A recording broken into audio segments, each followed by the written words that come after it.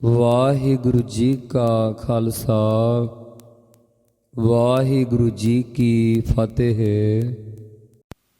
ਸ਼ਲੋਕ ਮਹੱਲਾ ਪਹਿਲਾ। ਸਤਿਗੁਰਾਂ ਦੇ ਸਨਮੁਖ ਗੁਰਸਿੱਖਾਂ ਨੇ ਬੇਨਤੀ ਕੀਤੀ ਕਿ ਸਤਿਗੁਰੂ ਜੀ, ਸਾਰਿਆਂ ਯੁੱਗਾਂ ਵਿੱਚ ਜੀਵ ਬਦਲ ਜਾਂਦੇ ਹਨ। ਕੀ ਜੀਵ ਇੱਕੋ ਜਿਹੇ ਰਹਿੰਦੇ ਹਨ? ਸੋ ਇਹ ਪ੍ਰਸ਼ਨ ਸੀ। ਅੱਗੇ ਸਤਿਗੁਰੂ ਕਿਰਪਾ ਕਰਕੇ ਉੱਤਰ ਦੇ ਰਹੇ ਹਨ।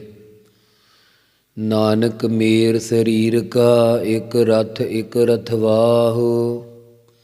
ਸਤਿਗੁਰੂ ਜੀ ਕਥਨ ਕਰਦੇ ਹਨ ਕਿ ਹੇ ਗੁਰਸਿੱਖੋ, ਸਥੂਲ ਸਰੀਰ ਦਾ ਸੂਖਮ ਸਰੀਰ ਮੇਰ ਕਹੀਏ ਮੇਰੂ ਹੈ, ਅਤੇ ਸੂਖਮ ਸਰੀਰ ਦਾ ਕਾਰਨ ਸਰੀਰ ਮੇਰੂ ਹੈ। ਜਿਵੇਂ ਮਾਲਾ ਦੇ 108 ਮਣਕਿਆਂ ਵਿੱਚ ਸਾਰਿਆਂ ਤੋਂ ਸਿਰਤਾਜ ਉੱਚਾ ਮੇਰੂ ਮਣਕਾ ਮੰਨਿਆ ਜਾਂਦਾ ਹੈ, ਪਰ ਉਹ ਫੇਰੀ ਦਾ ਨਹੀਂ ਹੈ। ਇਉਂ ਸਾਰਿਆਂ ਦੇਵਤਿਆਂ, ਮਨੁੱਖਾਂ, ਪਸ਼ੂਆਂ, ਪੰਛੀਆਂ ਆਦਿ ਦੇ ਸਰੀਰਾਂ ਦਾ ਸ਼੍ਰੋਮਣੀ ਸਾਖੀ ਰੂਪ ਪਰਮੇਸ਼ਰ ਹੈ। ਇਸ ਦੇ ਵਿੱਚ ਇੱਕ ਇੱਕ ਰਥ ਅਤੇ ਇੱਕ ਇੱਕ ਰਥਵਾਹੀ ਹੈ। ਭਾਵ ਰਥ ਦੀ ਨਿਆਈ ਸਰੀਰ ਹੈ ਅਤੇ ਰਥਵਾਹੀ ਦੀ ਨਿਆਈ ਬੁੱਧੀ ਜੀਵ ਆਤਮਾ ਹੈ। ਜੁਗ ਜੁਗ ਫੇਰ ਵਟਾਈਐ ਗਿਆਨੀ ਬੁੱਝੈ ਤਾਹੇ। ਜੁਗਾਂ ਜੁਗਾਂ ਭਾਵੇਂ ਸਾਰੇ ਜੁਗਾਂ ਵਿੱਚ ਰਥ ਤੇ ਰਥਵਾਹੀ ਮੁੜ ਮੁੜ ਕੇ ਫੇਰ ਵਟਾਏ ਜਾਂਦੇ ਆ, ਪਰੰਤੂ ਸਰੀਰਾਂ ਦਾ ਸ਼੍ਰੋਮਣੀ ਚੇਤਨ ਸਰੂਪ ਨਹੀਂ ਬਦਲਦਾ। ਉਹ ਰਥਵਾਹੀ ਇੱਕੋ ਹੀ ਰਹਿੰਦਾ ਹੈ। ਤਾਹੇ ਕਹੀਏ ਉਸ ਗੱਲ ਨੂੰ ਗੁਰਾਂ ਦੁਆਰਾ ਗਿਆਨੀ ਗਿਆਨਵਾਨ ਭਾਵ ਤਤ ਗਿਆਨੀ ਹੀ ਬੁੱਝੈ ਕਹੀਏ ਸਮਝਦੇ ਹਨ। ਭਾਈ ਗੁਰਦਾਸ ਜੀ ਆਪਣੀ ਪਹਿਲੀ ਵਾਰ ਦੀ 15ਵੀਂ ਪੌੜੀ ਵਿੱਚ ਦੱਸਦੇ, ਜੁਗ ਜੁਗ ਮੇਰ ਸਰੀਰ ਕਾ ਬਾਸਨਾ ਬੱਧਾ ਆਵੈ ਜਾਵੈ, ਫਿਰ ਫੇਰ ਵਟਾਈਐ ਗਿਆਨੀ ਹੋਏ ਮਰਮ ਕਉ ਪਾਵੈ। ਸਤਿਜੁਗ ਰਥ ਸੰਤੋਖ ਕਾ ਧਰਮ ਅੱਗੈ ਰਥਵਾਹੁ। ਸਤਿਯੁਗ ਵਿੱਚ ਜੀਵ ਆਤਮਾ ਦਾ ਸਰੀਰ ਰੂਪੀ ਰਥ ਸੰਤੋਖ ਸਬਰ ਵਾਲਾ ਸੀ, ਅਤੇ ਬੁੱਧੀ ਧਰਮ ਦੇ ਅੱਗੇ ਕਹੀਏ ਅੱਗੇ ਧਰਮ ਦੇ ਸਹਿਤ ਰਥਵਾਹੁ ਰਥਵਾਹੀ ਬਣੀ ਹੋਈ ਸੀ। ਤ੍ਰੇਤੈ ਰਥ ਜਤੈ ਕਾ ਜੋਰ ਅੱਗੈ ਰਥਵਾਹੁ। ਤ੍ਰੇਤੇ ਯੁੱਗ ਵਿੱਚ ਲੋਕਾਂ ਦਾ ਰਥ ਸਰੀਰ ਜਤੈ ਇੰਦਰੀਆਂ ਦੇ ਸੰਜਮ ਵਾਲਾ ਭਾਵ ਜਤ ਸਤ ਵਾਲਾ ਸੀ।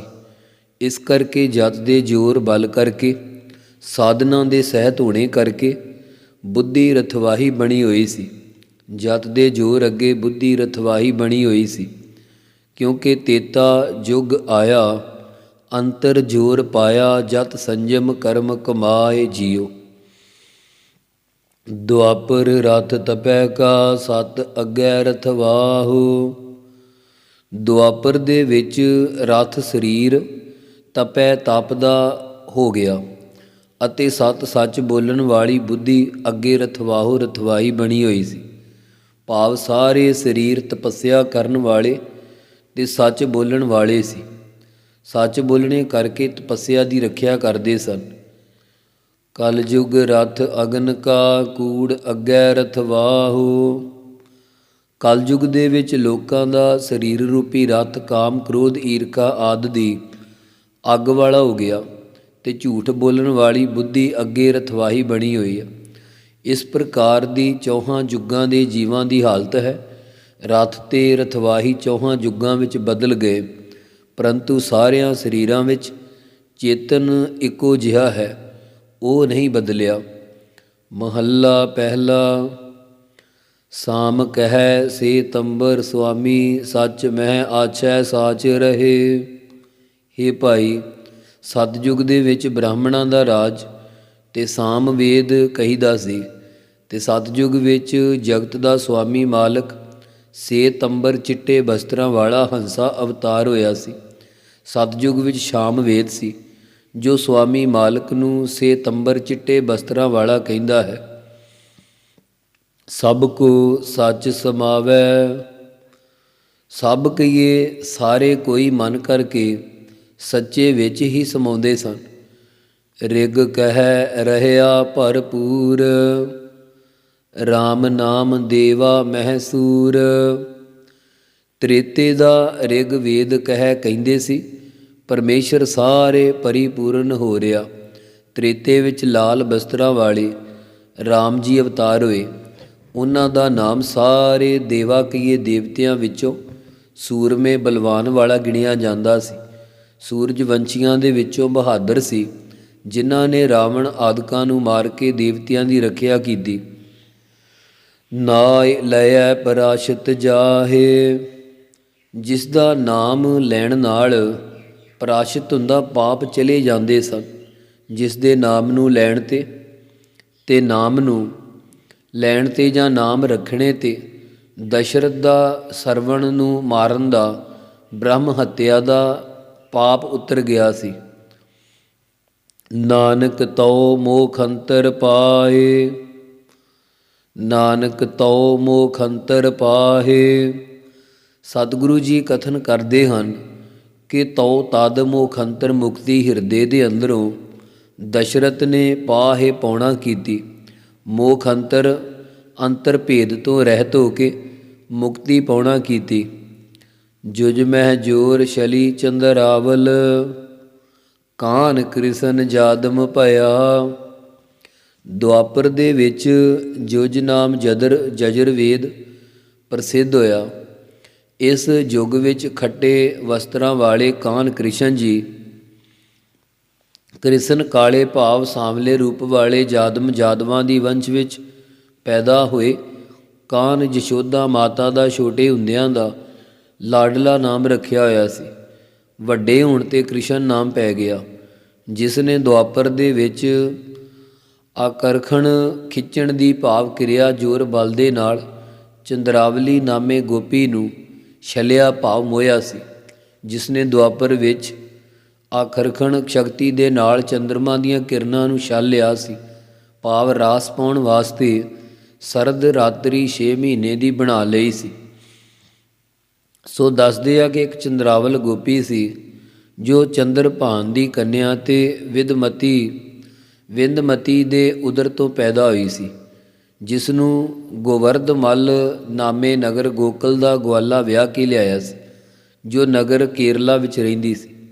ਉੱਥੇ ਰਹਿੰਦਿਆਂ ਅਜੇ ਚੰਦਰਾਵਲ ਗੋਪੀ ਨੂੰ ਥੋੜ੍ਹਾ ਸਮਾਂ ਹੋਇਆ ਸੀ ਕਿ ਉਸ ਨੂੰ ਸਾਰੀਆਂ ਗੋਪੀਆਂ ਦਾ ਹਾਲ ਪਤਾ ਲੱਗਿਆ।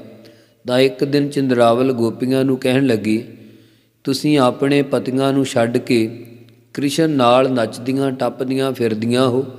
ਕ੍ਰਿਸ਼ਨ ਦਾ ਕਾਲਾ ਚੋ ਵਰਗਾ ਰੰਗ ਹੈ, ਤੁਸੀਂ ਇਸ ਉੱਤੇ ਕਿਉਂ ਮੋਹਿਤ ਹੋਈਆਂ ਹੋ। ਇਹ ਬਚਨ ਗੋਪੀਆਂ ਦੇ ਤੀਰ ਵਾਂਗੂ ਚੁਭੇ ਅਤੇ ਕ੍ਰੋਧ ਦੀਆਂ ਭਰੀਆਂ ਹੋਈਆਂ ਬੁੜਬੁੜ ਕਰਦੀਆਂ ਕ੍ਰਿਸ਼ਨ ਜੀ ਪਾਸ ਪਹੁੰਚੀਆਂ ਅਤੇ ਕਹਿਣ ਲੱਗੀਆਂ ਕਿ ਇਸ ਗੋਕਲਪੁਰੀ ਵਿੱਚ ਇੱਕ ਨਵੀਂ ਸੱਜ ਵਿਆਹੀ ਆਈ ਹੋਈ ਚੰਦਰਾਵਲ ਨਾਮੀ ਔਰਤ ਹੈ, ਜਿਸ ਨੇ ਸਾਡੀ ਨਿੰਦਿਆ ਕੀਤੀ ਹੈ, ਸਾਨੂੰ ਐਸੇ ਬਚਨ ਬੋਲੀ ਹੈ, ਸਾਡੇ ਸੀਨਿਆਂ ਵਿੱਚ ਛੇਕ ਕਰ ਦਿੱਤੇ ਹਨ। ਉਹ ਛੇਕ ਤਦ ਹੀ ਮਿਟ ਸਕਦੇ ਆ ਜੇ ਤੁਸੀਂ ਉਸ ਨੂੰ ਛਲ ਕੇ ਵਿਖਾ ਦੇਵੋ ਅਤੇ ਉਸ ਦਾ ਹੰਕਾਰ ਦੂਰ ਕਰੋ। ਕ੍ਰਿਸ਼ਨ ਜੀ ਨੇ ਗੋਪੀਆਂ ਦੀ ਅਰਜ਼ ਸੁਣ ਕੇ ਇੱਕ ਦਿਨ ਆਪਣੀ ਸ਼ਕਤੀ ਨਾਲ ਗੋਕਲਪੁਰੀ ਵਿੱਚੋਂ ਅੱਗ ਅਲੋਪ ਕਰ ਲਈ, ਜਿਸ ਕਰਕੇ ਗੋਕਲਪੁਰੀ ਦੇ ਸਾਰੇ ਦੀਵਿਆਂ ਵਿੱਚੋਂ ਅੱਗ ਬੁਝ ਗਈ। ਸਿਰਫ ਇੱਕ ਕ੍ਰਿਸ਼ਨ ਜੀ ਦੇ ਘਰ ਦੀਵਾ ਜਗਦਾ ਸੀ। ਹੁਣ ਚੰਦਰਾਵਲ ਗੋਪੀ ਨੂੰ ਇਹ ਮੁਸੀਬਤ ਬਣ ਗਈ ਕਿ ਉਸ ਦੀ ਸੱਸ ਬਹੁਤ ਹੀ ਲੰਬੇਰੀ ਉਮਰ ਦੀ ਸੀ, ਜੋ ਕਿ ਸਰੀਰਕ ਕਮਜ਼ੋਰੀ ਕਾਰਨ ਤੁਰ ਫਿਰ ਵੀ ਨਹੀਂ ਸੀ ਸਕਦੀ। ਇਸੇ ਕਰਕੇ ਚੰਦਰਾਵਲ ਨੂੰ ਕਹਿਣ ਲੱਗੀ, ਤੂੰ ਕਿਸੇ ਦੇ ਘਰੋਂ ਜਾ ਕੇ ਦੀਵਾ ਜਗਾ ਲਿਆ। ਚੰਦਰਾਵਲ ਗੋਪੀ ਦੀਵਾ ਜਗਾਉਣ ਲਈ ਅਨੇਕਾਂ ਘਰਾਂ ਵਿੱਚ ਗਈ, ਪਰੰਤੂ ਕਿਸੇ ਦੇ ਘਰ ਵੀ ਅੱਗ ਨਹੀਂ ਸੀ। ਅਖੀਰ ਨੂੰ ਜਦੋਂ ਨਿਰਾਸ਼ੀ ਹੋ ਕੇ ਵਾਪਸ ਤੁਰੀ ਆ ਰਹੀ ਸੀ ਤਾਂ ਉਸ ਨੂੰ ਕ੍ਰਿਸ਼ਨ ਜੀ ਦੇ ਘਰ ਦੀਵਾ ਜਗਦਾ ਦਿਸਿਆ। ਮਨ ਵਿੱਚ ਪ੍ਰਸੰਨਤਾ ਹੋਈ ਅਤੇ ਕ੍ਰਿਸ਼ਨ ਜੀ ਦੇ ਘਰ ਜਾ ਕੇ ਅਜੇ ਦੀਵਾ ਜਗਾਉਣ ਹੀ ਲੱਗੀ ਸੀ ਕਿ ਕ੍ਰਿਸ਼ਨ ਜੀ ਸਾਹਮਣੇ ਦਿਖਾਈ ਦਿੱਤੇ। ਜਦੋਂ ਚੰਦਰਾਵਲ ਦੀ ਨਿਗਾਹ ਕ੍ਰਿਸ਼ਨ ਜੀ 'ਤੇ ਗਈ ਤਾਂ ਇਸ ਨੂੰ ਚੇਤਾ ਹੀ ਨਾ ਰਿਹਾ ਤਾਂ ਬੱਤੀ ਦੇ ਉੱਤੇ ਰੱਖੀ ਉਂਗਲ ਸੜ ਗਈ। ਇੱਦਾਂ ਕ੍ਰਿਸ਼ਨ ਜੀ ਵੱਲ ਤੱਕਣ ਲੱਗੀ। ਇਸੇ ਪ੍ਰਕਾਰ ਜਿਹੜੀ ਨਿੰਦਿਆ ਕਰਦੀ ਸੀ, ਉਹ ਕ੍ਰਿਸ਼ਨ ਜੀ ਨੇ ਆਕਰਖਣ ਸ਼ਕਤੀ ਦੇ ਨਾਲ ਛਲ ਲੈਣਾ ਕੀਤੀ। ਪਾਰ ਜਾਤ ਗੋਪੀ ਲੈ ਆਇਆ, ਬਿੰਦਰਾ ਬਨ ਮਹਿ ਰੰਗ ਕੀਆ। ਦੁਆਪਰ ਵਿੱਚ ਕ੍ਰਿਸ਼ਨ ਜੀ ਆਪਣੀ ਗੋਪੀ ਰੁਕਮਣੀ ਵਾਸਤੇ ਕਲਪ ਬ੍ਰਿਸ਼ ਲੈ ਕੇ ਆਇਆ। ਤੇ ਬਿੰਦਰਾ ਬਨ ਵਿੱਚ ਗੋਪੀਆਂ ਨਾਲ ਮਿਲ ਕੇ ਰੰਗ ਕਹੀਏ ਆਨੰਦ ਕੀਤਾ, ਭਾਵ ਮੌਜਾਂ ਮਾਣੀਆਂ। ਸੋ ਇੱਥੇ ਨੋਟ ਕਰਨ ਵਾਲੀ ਗੱਲ ਹੈ ਕਿ ਸ੍ਰੀ ਦਸਮ ਗ੍ਰੰਥ ਵਿੱਚ ਲਿਖਿਆ ਹੈ ਕਿ ਰੁਕਮਣੀ ਵਾਸਤੇ ਕਲਪ ਬ੍ਰਿਸ਼ ਲਿਆਂਦਾ ਹੈ, ਤੇ ਭਾਗਵਤ ਦੇ 10ਵੇਂ ਸਕੰਦ 60 ਅਧਿਆਏ ਵਿੱਚ 7 ਭਾਵਾਂ ਵਾਸਤੇ ਕਲਪ ਬ੍ਰਿਸ਼ ਲਿਆਂਦਾ ਲਿਖਿਆ ਹੈ। ਸੋ ਜਿਸ ਸਮੇਂ ਨਾਰਦ ਮੁਨੀ ਜੀ ਕ੍ਰਿਸ਼ਨ ਭਗਵਾਨ ਜੀ ਦੇ ਦਰਸ਼ਨ ਕਰਨ ਵਾਸਤੇ ਆਏ ਤਾਂ ਨਾਰਦ ਜੀ ਨੇ ਇੱਕ ਫੁੱਲ ਕਲਪ ਬ੍ਰਿਸ਼ ਦਾ ਦਰਸ਼ਨੀ ਭੇਟਾ ਰੱਖਿਆ। ਕ੍ਰਿਸ਼ਨ ਜੀ ਨੇ ਉਹ ਫੁੱਲ ਸਭ ਤੋਂ ਪਿਆਰੀ ਗੋਪੀ ਰੁਕਮਣੀ ਨੂੰ ਦੇ ਦਿੱਤਾ। ਰੁਕਮਣੀ ਦੇ ਹੱਥ ਵਿੱਚ ਕਲਪ ਬ੍ਰਿਸ਼ ਦਾ ਫੁੱਲ ਫੜਿਆ ਵੇਖ ਕੇ 7 ਭਾਵਾਂ ਨੇ ਕ੍ਰਿਸ਼ਨ ਜੀ ਨੂੰ ਕਿਹਾ, ਮੈਨੂੰ ਵੀ ਇਹੋ ਜਿਹੇ ਫੁੱਲ ਲਿਆ ਕੇ ਦਿਓ। ਉਸ ਵੇਲੇ ਕ੍ਰਿਸ਼ਨ ਜੀ ਆਪ ਇੰਦਰ ਲੋਕ ਵਿੱਚ ਚਲੇ ਗਏ ਤੇ ਇੰਦਰ ਨਾਲ ਜੰਗ ਕਰਕੇ ਸਵਰਗ ਦੇ ਵਿੱਚੋਂ ਕਲਪ ਬ੍ਰਿਸ਼ ਲੈ ਕੇ ਆਏ ਅਤੇ ਕਹਿਣ ਲੱਗੇ ਕਿ ਜਿੰਨਾ ਚਿਰ ਦੁਆਰਕਾ ਬਣੀ ਰਹੇਗੀ ਉਤਨਾ ਚਿਰ ਇਹ ਕਲਪ ਬ੍ਰਿਸ਼ ਇੱਥੇ ਰਹੇਗਾ, ਫਿਰ ਸਵਰਗ ਵਿੱਚ ਚਲਿਆ ਜਾਵੇਗਾ। ਕਲ ਮਹਿ ਬੇਦ ਅਥਰਬਣ ਹੂਆ, ਨਾਉ ਖੁਦਾਈ ਅੱਲਹੁ ਭਇਆ। ਕਲਯੁਗ ਵਿੱਚ ਅਥਰਬਣ ਬੇਦ ਪ੍ਰਸਿੱਧ ਹੋਇਆ, ਜਿਸ ਵਿੱਚ ਕਾਲੇ ਵਸਤਰਾਂ ਦੇ ਸਹਿਤ ਤੁਰਕਾਂ ਦਾ ਬੜਾ ਭਾਰੀ ਰਾਜ ਹੋ ਗਿਆ। ਉਸ ਵੇਲੇ ਖੁਦਾਈ ਸ੍ਰਿਸ਼ਟੀ ਵਿੱਚ ਅੱਲਹੁ ਕਹੀਏ ਅੱਲਾ ਦਾ ਨਾਮ ਪ੍ਰਧਾਨ ਹੋ ਗਿਆ, ਭਾਵ ਪਹਿਲਾਂ ਯਹੂਦੀ ਲੋਕ ਮੂਸੇ ਪੈਗੰਬਰ ਨੂੰ ਮੰਨਦੇ ਸੀ। ਮੂਸੇ ਨੇ ਸਾਰਿਆਂ ਨੂੰ ਸਿੱਖਿਆ ਦਿੱਤੀ ਕਿ ਖੁਦਾ ਦਾ ਜਾਪ ਕਰਿਆ ਕਰੋ। ਇਹ ਫਾਰਸੀ ਦਾ ਵਾਚਕ ਹੈ। ਸਾਰੇ ਖੁਦਾ ਖੁਦਾ ਕਰਦੇ ਰਹੇ। ਮੁਹੰਮਦ ਆਖਰੀ ਪੈਗੰਬਰ ਹੋਇਆ। ਉਸਨੇ ਖੁਦਾਈ ਸ੍ਰਿਸ਼ਟੀ ਦੇ ਅੰਦਰ ਕੁਰਾਨ ਸ਼ਰੀਫ ਬਣਾ ਕੇ ਅੱਲਾ ਅੱਲਾ ਦਾ ਜਾਪ ਕਰਾਉਣਾ ਸ਼ੁਰੂ ਕੀਤਾ। ਅੱਲਾ ਅਰਬੀ ਦਾ ਵਾਚਕ ਹੈ। ਫਾਰਸੀ ਦੀ ਥਾਂ ਅਰਬੀ ਪ੍ਰਧਾਨ ਹੋ ਗਈ। ਨੀਲ ਬਸਤਰ ਲੈ ਕੱਪੜੇ ਪਹਿਰੇ, ਤੁਰਕ ਪਠਾਣੀ ਅਮਲ ਕੀਆ। ਇਸਤਰੀਆਂ ਤੇ ਪੁਰਖਾਂ ਨੇ ਨੀਲੇ ਬਸਤਰ ਕੱਪੜੇ ਲੈ ਕੇ ਪਹਿਨ ਲਏ ਤੇ ਸਾਰੇ ਤੁਰਕਾਂ ਤੇ ਪਠਾਣੀ ਲੋਕਾਂ ਦਾ ਅਮਲ ਹੁੰਦਾ ਹੁਕਮ ਕੀਤਾ, ਲੋਕਾਂ ਤੇ ਚੱਲ ਪਿਆ। ਸੋ ਧੰਨ ਗੁਰੂ ਗੋਬਿੰਦ ਸਿੰਘ ਮਹਾਰਾਜ ਜੀ ਨੇ ਨੀਲੇ ਬਸਤਰ ਪਹਿਨ ਕੇ ਇੱਕ ਤਾਂ ਗੁਰੂ ਨਾਨਕ ਦੇਵ ਜੀ ਦਾ ਬਚਨ ਪੂਰਾ ਕੀਤਾ। ਜਦੋਂ ਇਸਲਾਮ ਦੇ ਕਾਜੀ ਮੁਲਾਣਿਆਂ ਨੇ ਇਹ ਮੰਨ ਲਿਆ ਕਿ ਇਹ ਸ਼ਕਤੀ ਵਾਲੇ ਪੀਰ ਹਨ ਤਾਂ ਬੇਨਤੀ ਕੀਤੀ ਕਿ ਸਾਡਾ ਪਹਿਰਾਵਾ ਪੱਕੇ ਤੌਰ 'ਤੇ ਪਹਿਨ ਲਵੋ ਅਤੇ ਪੀਰ ਕਹਿਲਾਵੋ। ਤਾਂ ਸਤਿਗੁਰੂ ਜੀ ਨੇ ਕਿਹਾ ਕਿ ਤੁਹਾਡੀ ਇਹ ਭਾਵਨਾ 10ਵੇਂ ਜਾਮੇ ਵਿੱਚ ਪੂਰੀ ਕਰਾਂਗੇ। ਇਸ ਕਰਕੇ ਸਤਿਗੁਰੂ ਜੀ ਨੇ 10ਵੇਂ ਜਾਮੇ ਵਿੱਚ ਮਾਛੀਵਾੜੇ ਵਿਖੇ ਗਨੀ ਖਾਂ ਤੇ ਨਬੀ ਖਾਂ ਦੇ ਕਹੇ ਅਨੁਸਾਰ ਅਤੇ ਪਹਿਲੇ ਜਾਮੇ ਦਾ ਬਚਨ ਪੂਰਾ ਕਰਨ ਲਈ ਉੱਚ ਦਾ ਪੀਰ ਬਣੇ। ਸਤਿਗੁਰੂ ਜੀ ਨੇ ਉੱਚ ਦਾ ਪੀਰ ਬਣ ਕੇ ਇੱਕ ਤਾਂ ਪਹਿਲੇ ਜਾਮੇ ਦਾ ਬਚਨ ਪੂਰਾ ਕੀਤਾ, ਦੂਸਰਾ ਤੁਰਕਾਂ ਨੂੰ ਭੁਲੇਖਾ ਦੇ ਕੇ ਉਹਨਾਂ ਦੇ ਘੇਰੇ ਵਿੱਚੋਂ ਨਿਕਲਣ ਦੀ ਸਫਲ ਵਿਉਂਤ ਦੀ ਕਾਮਯਾਬੀ ਦਰਸਾਈ। ਸਤਿਗੁਰੂ ਜੀ ਨੇ ਬੇਅੰਤ ਨਗਰਾਂ ਨੂੰ ਤਾਰਦੇ ਹੋਏ ਢਿਲਵਾਂ ਨਗਰ ਵਿਖੇ ਨਿਵਾਸ ਕੀਤਾ, ਜੋ ਕੋਟਕਪੂਰੇ ਤੋਂ 2 ਮੀਲ ਦੂਰੀ 'ਤੇ ਹੈ। ਇੱਥੇ ਪ੍ਰਿਥੀਏ ਦੀ ਔਲਾਦ ਵਿੱਚੋਂ ਸੋਢੀ ਕੌਲ ਸੀ। ਸਤਿਗੁਰੂ ਜੀ ਨੂੰ ਬੜੇ ਅਦਬ ਨਾਲ ਮਿਲੇ ਤਾਂ ਸਤਿਗੁਰੂ ਜੀ ਨੇ ਗੁਰੂ ਘਰ ਤੋਂ ਵਿਛੜੀ ਪ੍ਰਿਥੀਏ ਦੀ ਔਲਾਦ ਨੂੰ ਗੁਰਮਤਿ ਵਿੱਚ ਆਉਣ ਦਾ ਉਪਦੇਸ਼ ਦਿੱਤਾ ਤੇ ਅੰਮ੍ਰਿਤ ਛਕਣ ਲਈ ਪ੍ਰੇਰਿਆ। ਸੋਢੀ ਕੌਲ ਨੇ ਸੇਵਾ ਕਰਦਿਆਂ ਇੱਕ ਚਿੱਟੀ ਪੋਸ਼ਾਕ ਸਤਿਗੁਰਾਂ ਦੇ ਪਹਿਨਣ ਲਈ ਹਾਜ਼ਰ ਕੀਤੀ ਅਤੇ ਬੇਨਤੀ ਕੀਤੀ ਕਿ ਮਹਾਰਾਜ, ਨੀਲਾ ਬਾਣਾ ਤੁਰਕਾਂ ਦਾ ਹੈ, ਆਪ ਚਿੱਟੀ ਪੋਸ਼ਾਕ ਪਹਿਨੋ। ਸ੍ਰੀ ਗੁਰਪ੍ਰਤਾਪ ਸੂਰਜ ਗ੍ਰੰਥ ਵਿੱਚ ਕਵੀ ਰਾਜ ਕਵੀ ਭਾਈ ਸੰਤੋਖ ਸਿੰਘ ਜੀ ਇਹ ਸਾਰਾ ਪ੍ਰਸੰਗ ਲਿਖਦੇ ਹਨ ਕਿ ਗੁਰੂ ਸਾਹਿਬ ਜੀ ਨੀਲੇ ਬਸਤਰਾਂ ਨੂੰ ਪਾੜ ਕੇ ਲੀਰਾਂ ਕਰਕੇ ਅੱਗ ਵਿੱਚ ਸਾੜਿਆ ਅਤੇ ਇਹ ਤੁਕ ਉਚਾਰਨ ਕੀਤੀ, ਜਵਲਤ ਅੰਗੀਠਾ ਅਗਨ ਅਗਾਰੀ, ਨੀਲਾਂਬਰ ਲੈ ਹਾਥ ਮਝਾਰੀ, ਲੀਰ ਪਾੜ ਕਰ ਤਿਸਤੇ ਸਤਿਗੁਰ, ਸ਼੍ਰੀ ਮੁਖ ਤੇ ਤੁਕ ਇਹ ਉਚਰ ਕਰ, ਛੰਦ ਨੀਲ ਬਸਤਰ ਲੈ ਕੱਪੜੇ ਫਾੜੇ, ਤੁਰਕ ਪਠਾਣੀ ਅਮਲ ਗਿਆ, ਪਟ ਕਰ ਤਤਸ਼ਿਨ ਲੀਰ ਜੋ ਕਰਮ ਹੈ, ਅਗਨ ਵਿਖੈ ਪਟ ਡਾਰ ਦਇਆ। ਸੋ ਸੋਢੀ ਕੌਲ ਜੀ ਨੇ ਮਨ ਵਿੱਚ ਸ਼ੰਕਾ ਕੀਤੀ ਕਿ ਸਤਿਗੁਰੂ ਜੀ ਨੇ ਗੁਰਬਾਣੀ ਦੀ ਤੁਕ ਨੂੰ ਬਦਲ ਦਿੱਤਾ ਹੈ। ਤਾਂ ਸਤਿਗੁਰਾਂ ਨੇ ਉਸ ਦੀ ਸ਼ੰਕਾ ਦੀ ਨਿਵਰਤੀ ਕੀਤੀ। ਅਸੀਂ ਰਾਮ ਰਾਏ ਦੀ ਤਰ੍ਹਾਂ ਤੁਕ ਨਹੀਂ ਬਦਲੀ। ਰਾਮ ਰਾਏ ਨੇ ਸਵਾਰਥ ਵਿੱਚ ਆ ਕੇ ਬਾਦਸ਼ਾਹ ਦੀ ਖੁਸ਼ਾਮਦ ਕੀਤੀ ਸੀ, ਨਾਲੇ ਉਹ ਗੁਰੂ ਪਦਵੀ 'ਤੇ ਨਹੀਂ ਸੀ। ਇਹ ਤੁਕ ਦੇ ਨਾਲ ਤੁਰਕ ਰਾਜ ਦੇ ਜ਼ੁਲਮ ਦੀਆਂ ਜੜ੍ਹਾਂ ਵੱਡੀਆਂ ਹਨ। ਇੱਥੇ ਇਤਿਹਾਸ ਵਿੱਚ ਦੋ ਤਰ੍ਹਾਂ ਦੀ ਵਿਚਾਰ ਹੈ। ਇੱਕ ਤਾਂ ਇਹ ਕਿ ਗੁਰੂ ਸਾਹਿਬ ਜੀ ਨੇ ਆਪਣੇ ਜਾਮੇ ਨਾਲ ਇੱਕ ਲੀਰ ਬੰਨ੍ਹ ਕੇ ਬਚਨ ਕੀਤਾ ਕਿ ਇਸ ਨਿਸ਼ਾਨੀ ਭਾਵ ਨੀਲੇ ਬਸਤਰਾਂ ਵਾਲਾ ਪੰਥ ਵਿੱਚ ਫਿਰਕਾ ਰਹੇਗਾ, ਅਤੇ ਦੂਸਰਾ ਕਿ ਭਾਈ ਮਾਨ ਸਿੰਘ ਜੀ ਨੇ ਨੀਲੇ ਬਸਤਰ ਦੀ ਬਚਦੀ ਲੀਰ ਮੰਗ ਕੇ ਸਤਿਗੁਰਾਂ ਤੋਂ ਆਪਣੇ ਸੀਸ ਪਰ ਬੰਨ੍ਹੀ ਅਤੇ ਕਿਹਾ ਕਿ ਮੈਂ ਆਪ ਜੀ ਦੀ ਇਹ ਨਿਸ਼ਾਨੀ ਸਾਰੀ ਜ਼ਿੰਦਗੀ ਸੀਸ 'ਤੇ ਰੱਖਾਂਗਾ ਕਿ ਸਾਡੇ ਸਤਿਗੁਰਾਂ ਨੇ ਨੀਲੇ ਬਸਤਰ ਪਹਿਨੇ ਸਨ। ਤਾਂ ਸਤਿਗੁਰਾਂ ਨੇ ਬਚਨ ਕੀਤਾ ਕਿ ਤੇਰੇ ਨਾਂ 'ਤੇ ਪੰਥ ਦੀ ਇੱਕ ਜਥੇਬੰਦੀ ਚੱਲੇਗੀ ਜੋ ਨੀਲੇ ਬਸਤਰ ਪਹਿਨਿਆ ਕਰੇਗੀ। ਇਉਂ ਨੀਲੇ ਬਸਤਰ ਤਿਆਗ ਕੇ ਸਤਿਗੁਰਾਂ ਨੇ ਚਿੱਟੇ ਬਸਤਰ ਪਹਿਨੇ ਅਤੇ ਤੁਰਕਾਂ ਦੀ ਬਗਾਵਤ ਦਾ ਬਾਣਾ ਪੰਥ ਵਿੱਚ ਕਾਇਮ ਵੀ ਰੱਖ ਲਿਆ, ਕਿਉਂਕਿ ਉਸ ਵੇਲੇ ਨਾ ਕੋਈ ਘੋੜਾ ਰੱਖ ਸਕਦਾ ਸੀ, ਨਾ ਕੋਈ ਕਲਗੀ ਲਾ ਸਕਦਾ ਸੀ, ਨਾ ਕੋਈ ਨਗਾਰਾ ਵਜਾ ਸਕਦਾ ਸੀ। ਤੁਰਕਾਂ ਦੇ ਅਧੀਨ ਹੋ ਕੇ ਸਭੋ ਕੁਝ ਪ੍ਰਵਾਨ ਸੀ। ਪਰ ਸਤਿਗੁਰੂ ਜੀ ਨੇ ਤੁਰਕਾਂ ਨਾਲ ਮੱਥਾ ਲਾ ਕੇ ਆਪਣੇ ਪੰਥ ਨੂੰ ਨਿਰਭੈਤਾ ਅਤੇ ਸੁਤੰਤਰਤਾ ਵਾਲੇ ਸੁਭਾਅ ਵਾਲਾ ਬਣਾਇਆ।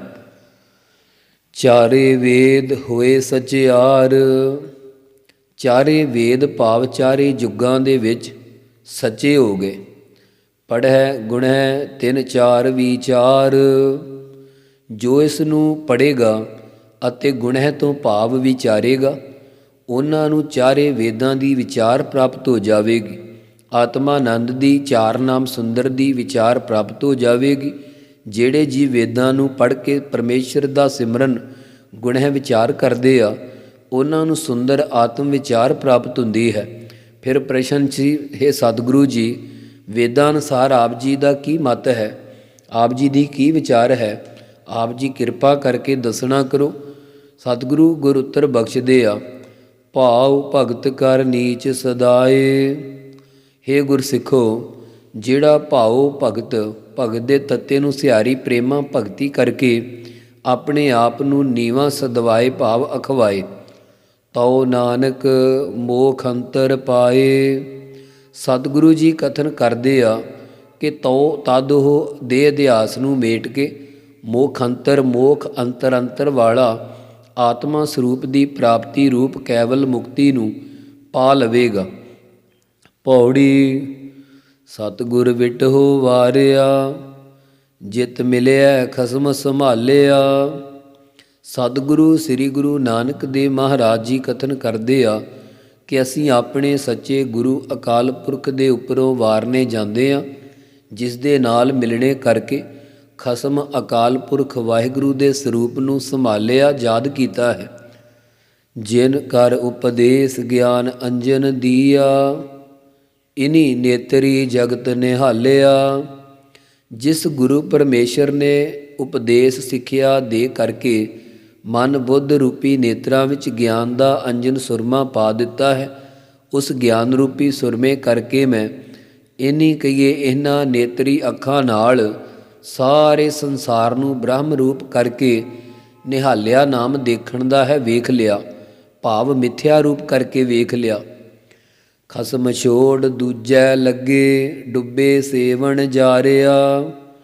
ਜਿਹੜੇ ਜੀਵ ਖਸਮ ਅਕਾਲ ਪੁਰਖ ਵਾਹਿਗੁਰੂ ਜੀ ਨੂੰ ਛੱਡ ਕਰਕੇ ਦੂਜੈ ਭਾਵ ਦਵੈਤ ਦੂਜੇ ਸੁਭਾਅ ਵਿੱਚ ਲੱਗੇ ਹੋਏ ਆ, ਸੇਕ ਗਈ ਉਹ ਵਣਜਾਰਿਆ, ਵਣਜ ਕਰਨ ਵਾਲੇ ਜੀਵ ਰੂਪੀ ਵਣਜਾਰੇ ਸੰਸਾਰ ਸਮੁੰਦਰ ਵਿੱਚ ਡੁੱਬ ਗਏ ਹਨ। ਸਤਿਗੁਰੂ ਹੈ ਬੋਹਿਥਾ, ਵਿਰਲੇ ਕਿਨੈ ਵਿਚਾਰਿਆ। ਸਤਿਗੁਰੂ ਬੋਹਿਥਾ ਜਹਾਜ਼ ਰੂਪ ਹੈ। ਸਤਿਗੁਰਾਂ ਦੇ ਕੋਲ ਜੀਵਾਂ ਨੂੰ ਸੰਸਾਰ ਸਮੁੰਦਰ ਤੋਂ ਪਾਰ ਕਰਨ ਲਈ ਨਾਮ ਰੂਪੀ ਜਹਾਜ਼ ਹੈ। ਅਸੀਂ ਪੜ੍ਹਦੇ ਹਾਂ ਨਾ ਕਿ ਵਾਹਿਗੁਰੂ ਨਾਮ ਜਹਾਜ਼ ਹੈ, ਚੜ੍ਹੇ ਸੋ ਉਤਰੇ ਪਾਰ। ਪਰੰਤੂ ਇਸ ਗੱਲ ਨੂੰ ਕਿਸੇ ਵਿਰਲੇ ਗੁਰਮੁਖ ਨੇ ਹੀ ਵਿਚਾਰਨਾ ਕੀਤਾ ਹੈ। ਕਰ ਕਿਰਪਾ ਪਾਰ ਉਤਾਰਿਆ। ਹਾਂ, ਜਿਸ ਕਿਸੇ ਨੇ ਇਹ ਗੱਲ ਸਮਝ ਕੇ ਗੁਰੂ ਦੀ ਸ਼ਰਨ ਲੈ ਲਈ ਆ, ਉਹਨਾਂ 'ਤੇ ਗੁਰਾਂ ਨੇ ਕਿਰਪਾ ਦਇਆ ਦ੍ਰਿਸ਼ਟੀ ਕਰਕੇ ਨਾਮ ਵਿੱਚ ਰੰਗ ਕੇ ਸੰਸਾਰ ਸਮੁੰਦਰ ਤੋਂ ਮੁਕਤੀ ਰੂਪ ਕਿਨਾਰੇ 'ਤੇ ਪਾਰ ਉਤਾਰ ਦਿੱਤਾ ਹੈ ਅਤੇ ਹੋਰਨਾਂ ਨੂੰ ਪਾਰ ਉਤਾਰਨ ਦੀ ਦਾਤ ਬਖਸ਼ ਦਿੱਤੀ ਹੈ। ਜੈਸਾ ਕਿ ਆਪ ਮੁਕਤ ਕਰੈ ਸੰਸਾਰ। ਕਰ ਕਿਰਪਾ ਪਾਰ ਉਤਾਰਿਆ। ਵਾਹਿਗੁਰੂ ਵਾਹਿਗੁਰੂ ਵਾਹਿਗੁਰੂ ਵਾਹਿਗੁਰੂ ਵਾਹਿਗੁਰੂ ਵਾਹਿਗੁਰੂ ਵਾਹਿਗੁਰੂ ਵਾਹਿਗੁਰੂ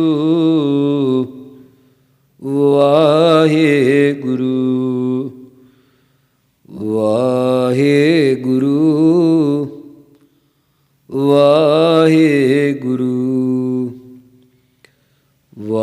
ਵਾਹਿਗੁਰੂ ਵਾਹਿਗੁਰੂ ਵਾਹਿਗੁਰੂ ਵਾਹਿਗੁਰੂ ਜੀ ਕਾ ਖਾਲਸਾ ਵਾਹਿਗੁਰੂ ਜੀ ਕੀ ਫਤਿਹ।